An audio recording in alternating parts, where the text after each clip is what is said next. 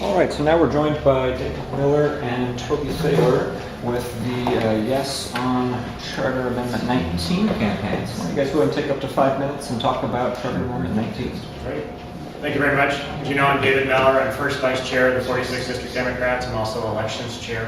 In the nonprofit, nonpartisan world, I'm also president of the Maple Leaf Community Council. We're a 501c3, so we don't take positions on things like this, but I think the perspective I bring is useful to this. Charter Amendment 19 is really simple. It changes the way we elect our city council members. We elect our city council members, all 9 of them, currently at large. Charter Amendment 19 changes that to 7 in districts and 2 at large. The districts were put together by Professor Emeritus at the University of Washington. They are equal population. They conform with the state rules and all the other rules about conforming to, as best as you can to geographic dividing lines, rivers and the Ship Canal and I-5 and those things. The system is, starting in 2015, we'll have our first elections. We will elect actually everybody at that time. And then in 2 years after that, we will have the at-large positions alongside the mayor and the city attorney in 2017, and then we'll just go every 4 years after that. So why do we need district elections? Seattle is a growing city. It's one of the top 50 cities by population in the United States. It is only one of 3, however, that doesn't elect some or all of its council members by districts. And there's a reason why nearly all of the other cities do that, and it gives you better representation. Right now, we ask our city council members to represent 617,000 people. That's really difficult. That's more than the governor of Wyoming, more than the governor of Vermont. We only ask our city council members to each represent 214,000 members. Our state council members, our state legislators only represent 137,000 people. Under Seattle Charter Amendment 19, the 7 people, it's about 88,000 voters. Manageable, they can go out and do that. One of the best side effects for Seattle City, for Charter Amendment 19, is making sure that people who don't have a big organization, young folks, minorities, people without a lot of money can go and be effective because they can go out and doorbell their way to victory. You can't doorbell your way to victory, I don't care how much time you have, in a citywide election. It's just impossible. But you can doorbell your way to victory in a district election. Great example of that is our current Attorney General, Bob Ferguson. Nobody gave him a chance to win his election for county council, and because it was district, he could doorbell his way to doing that. And it made a big difference. It helps build our farm to do that. Under Charter Amendment 19, there's always going to be at least one member of council who's advocating for your specific needs. They're not going to ignore the citywide needs or regional needs, just like our district elected council members don't ignore countywide and regional needs, just like our state legislators don't ignore our regional and statewide needs. But they will be responsible to you to be able to, and they'll be responsible for 2 ways. It's easier for you to get them unelected if they're not listening to what the communities in their district are asking for. The other thing is, it's easier for them to actually understand what the communities in their districts are asking for. Because there's only 88,000 people, they can spend time in the district, which is something that doesn't always happen now. City council, it's kind of the squeaky wheel against the grease. With dedicated council members to those specific districts, it'll help. 45,000 people signed the ballot measure signed the petition to put this on the ballot. We have endorsements, bipartisan endorsements, Speaker of the House Frank Chop, the unanimous endorsement of the King County Democrats, the 46th District Democrats, we endorse at about 89%. Senator Adam Klein, Senator Jean Caldwell, Senator David Frock, Senator Sharon Nelson, Senator Marilyn Chase, Representative Gail Tarleton, Mary Lou Dickerson, Justin Farrell, Jerry Collette, King County Councilmember Rod Dembowski, and lots of other folks have endorsed this. It's a great government proposal, and we hope that it earns your support. and 15 seconds, it reduces the cost of elections. Statistical analysis of the change in San Francisco shows that it reduces the cost about $76,000. Great. So now we'll open it up to follow-up questions from the board. 2-minute answers to each of these. So any questions? So I have one, and this is maybe a critique from the left, and I'll just pass this on as I heard it as a critique, and it may be based on incorrect facts, and if so, please disabuse me of those facts that I heard. But someone told me that the city of Seattle is roughly 22% or 2/9 minority. And under this plan, you would have one district out of 9 positions that would be majority minority. So basically, that it's a plan that would not give the proportion to majority minority representation as you would to meet the 22%. So are those stats correct? And if so, or if not, please report. The city of Seattle, of the top 50 cities in the U.S., is one of the 2 lowest minority percentages demographically of the top 50. Portland and Seattle. The King County is more minority, but the city proper is low, which means that in order to have more minority-majority districts, you would have to have more districts. When this proposal was being put together, the thought was to do 9-0 initially. But there was much discussion, and one of the arguments that I'm sure comes up many times is, well, we need to have some at-large people to consider the citywide issues that aren't beholden to a geographic specific part of the city. So we compromised at 7-2. But what that means in Seattle is, as you say, it's extremely difficult, if not impossible.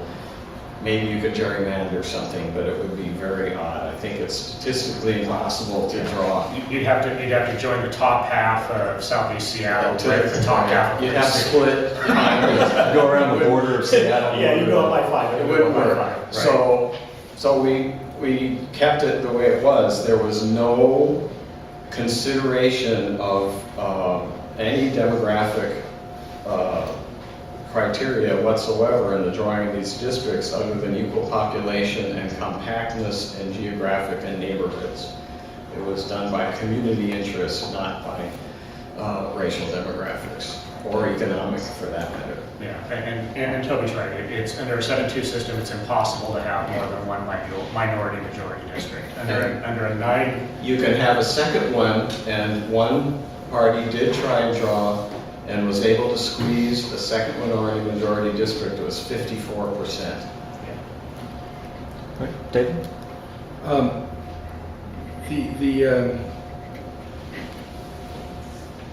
You mentioned, Toby, that San Francisco, that's my district, San Francisco also has public financing. So to what extent do you believe that this, we have 2 initiatives that we've been discussing in here. Are they connected in your mind, number 1? Number 2, who on the current council, if this were put in place today, would be redistricted out of office? Well, they're not redistricted out of office. They have to decide. So Would they live someplace? they live someplace. Who would have to move to be, When what would we have the redundancies? when the map was drawn, we did not pay any attention to where they live. I'm In certain. the time period since then, I've looked at a map and figured out where they live. And there's 9 that have to fit into 7. So it actually turns out they're spread out pretty well, and 2 live in doubled up. Yeah, there's 2 districts that have 2 each. And other than that, they're spread out, which is surprising, so. well, and there's some districts that don't have any, and so, one. So, it's district 5 actually doesn't have any. So, in those 2 districts where there's a council members doubled up, they just have to decide amongst themselves which one is going to run for the at-large position and which one is going to run for the district. So it's actually 3 has 2. Yeah. 3 districts have 2. Yeah. And so, they have the opportunity to, they have the option to move if they need to. But this is not about trying to get rid of the current council members we have. This is making sure that whatever council members we get in the future, pay a little bit closer attention to what happens at the community level and has that, and are able to represent that community voice. And as Toby says, to kind of get to the other part of your question, if both fair elections and Charter Amendment 19 pass, it's like nirvana, really, because we're going to be able to reduce the amount of money spent on the district elections, which will reduce the burden to taxpayers of whatever they have to do, as well as have the financing for the 2 at-large members. And like Alice mentioned, we would expect City Council to also go back and amend to put in some number, some similar system for the district elections as well. But it'll reduce costs either way. Okay, go on. I'm hoping you can address the concerns about the turf wars between different council members. If people, you mentioned the idea that people will be able to spend more time with their community members, find out what it is that their community is going to be interested in so that they can advocate for those issues. And you made the comparison that you said, I think, something to the effect of just as legislators don't necessarily just act on what their particular constituents want, but consider the issues statewide. I found almost, the opposite to be true in many cases. Legislators do what their, often what their constituents want. And I can think of, a handful of legislators, that are some of the centrist legislators, some of the ones out on the edges that use their constituents as their raison d'etre time and time again. Right. And I worry in a smaller setting at the city about the effect that turf wars could have on the dynamics of the city council. So if you could talk about that a little bit. Yeah, And 30 seconds. and I think that what you are saying makes sense from a academic standpoint or a 100,000 foot level standpoint. But we have to remember that this is Seattle Charter Amendment 19, and Seattle voters, time and time again, whether it's on the national level, on the legislative level, on the city council level currently, or on the county level, we vote people into office who not only have the local view, but also are great champions for regional, state, national, and global views as well. I like to think that's part of, one of those reasons is we've got great, strong democratic organizations here, and so in our influence we make sure people who are not only just looking at the district in front of them, but are also looking at bigger picture issues. I think that's part of what we do. But Seattle voters have demonstrated that time and time and time again. And so in Seattle, while I think, like I said, kind of a 10,000 foot view level or an academic view, I think there may be that concern. But in Seattle, I just don't see it. Because the history of Seattle voters is we elect people who do a good job on looking at all things. And so I don't think that just by passing this, it's going to devolve. I absolutely don't believe that. And well, this is Thank you. Great. Additional questions? So I'm having a hard time, may I say thank you for calling. You're welcome. My pleasure. You said things like the at-large are not beholden to local issues. There's just a little bit of some double logic that I'm hearing in your argument where, and I may be just not hearing correctly, because to Evan's point, I'm very concerned that we don't evolve to localized politics, because unlike state issues, I use the expression, we live, work, and play all over the city. And so we have to keep a citywide perspective. And I'm struggling to understand a little bit of the logic of how this helps fix something that isn't broken if we're already spread across the city, if we already have really good globalized representation, if we already have a city council that is focused on citywide issues as well as what's in their own backyard. I think I'll take about 10 seconds. I think there's a big difference between a council member who happens to live in one of these districts, which is what Toby was talking about, is that they have some geographic spread, and a council member who's actually responsible for representing that specific district. And so, to answer your question, is that's what the improvement is that they're responsible for being very close to what happens in these districts and hearing the needs of those districts. But like the answer to the previous question, I just absolutely don't believe that they're going to ignore citywide issues. And I think if you look at how the city operates, especially in the capital budget right now, it is broken. There is a problem. And that is that the allocation of funds, and this came up in the interview during the no argument an hour ago. The money is not allocated in an equitable fashion. Fauntleroy and Lake City are completely different neighborhoods. They're close to an hour apart from each other.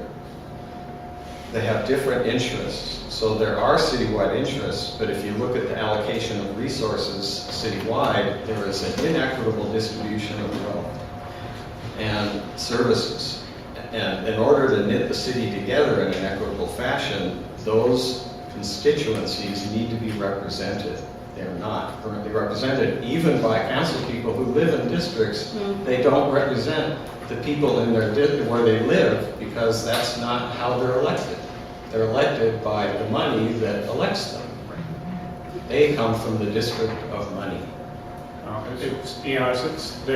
are the two biggest districts who donate to campaigns? It's downtown and outside the city.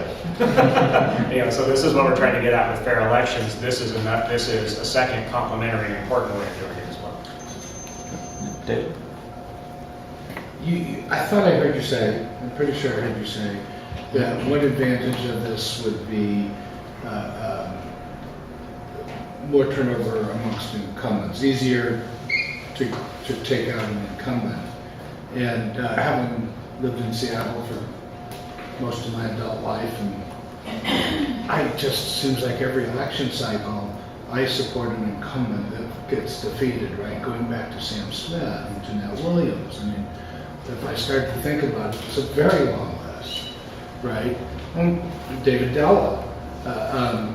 So I'm failing to see the advantage from.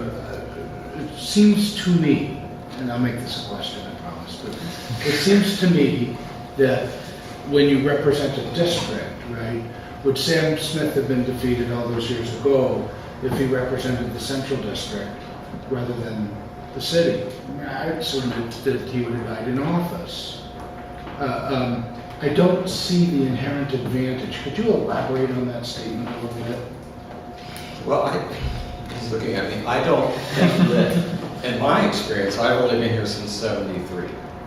So when I think in past elections, like especially in more recent years, as the cost has gone up, that's been the problem. The barrier has gotten higher and higher.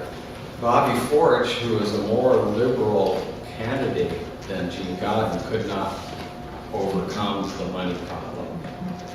And the last time that there was a significant turnover of people running against incumbents was because the incumbents were foolish and took money from the type. Right.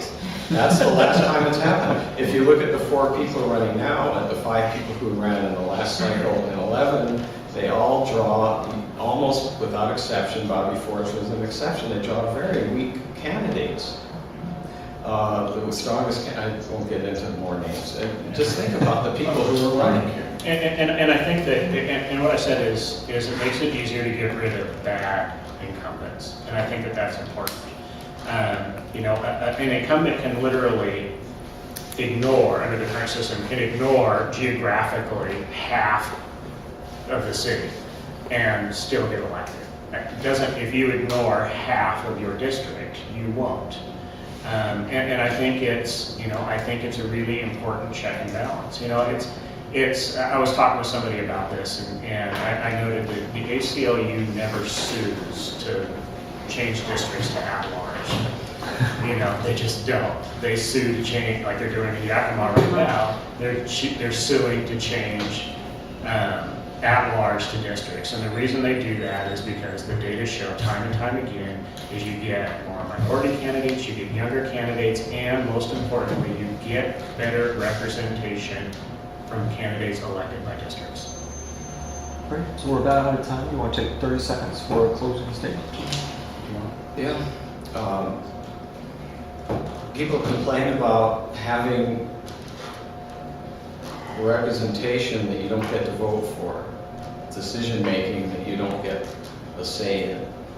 Well, we have representatives in Texas and Oklahoma who don't even, I mean, they're out here somewhere as far as we're concerned, and they're making decisions that affect us.